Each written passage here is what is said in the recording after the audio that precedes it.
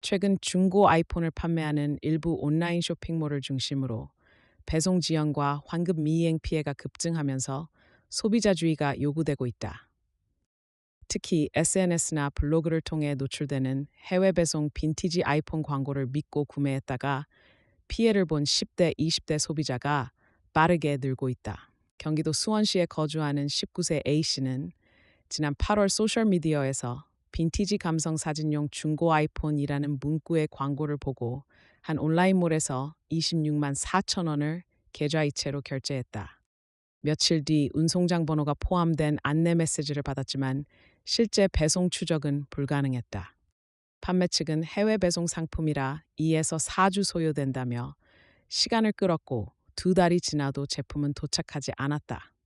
결국 환급을 요청했지만 현재까지 환불은 이루어지지 않았다. 디스청스 전경. 고양시에 사는 29세 C씨의 사연도 비슷하다. 지난 7월 같은 사이트에서 38만 4천 원을 카드로 결제해 중고 아이폰을 주문했다. 하지만 2달 후 수령한 제품은 불량이었고 반품 후 카드 취소를 요청했으나 5일 내 처리된다는 안내와 달리 한 달 넘게 결제 취소가 지연됐다. 소비자 피해는 경기 민원 24를 통해 9월 24일 처음 접수된 이후 급격히 늘고 있다. 9월 한 달간 5건에 불과했던 상담이 추석 연휴 이후 폭증하며 2달 만에 60건 이상으로 증가했다. 전국 단위로는 1,372 소비자 상담센터에 962건의 피해 사례가 보고된 것으로 집계됐다. 피해 유형을 분석한 결과 SNS 광고나 블로그 후기 등을 통해 소비자를 판매 사이트로 유입시킨 뒤 해외 배송 명목으로 장기간 배송을 지연하거나 허위 운송 정보를 제공하는 방식이 다수였다. 이후 환불을 요구하면 통관 대기 중, 해외 창고 입고 중 등의 핑계를 대며 시간을 끄는 것으로 확인됐다.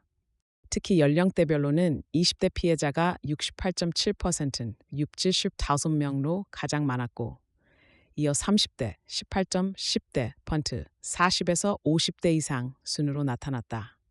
전문가들은 해외 배송을 이유로 배송 추적이 되지 않는 경우 사기 가능성을 의심해야 한다며 현금 거래보다는 신용카드나 간편 결제 등 환급 보호가 가능한 결제 수단을 이용해야 한다고 강조했다.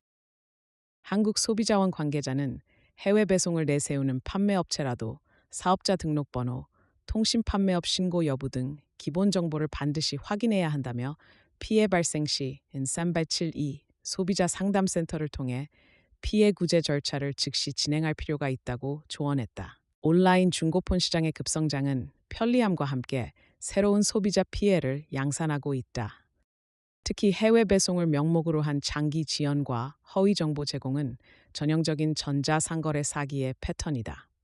소비자의 각별한 주의와 함께 관계기관의 적극적인 단속 및 피해 구제 시스템 강화가 요구된다.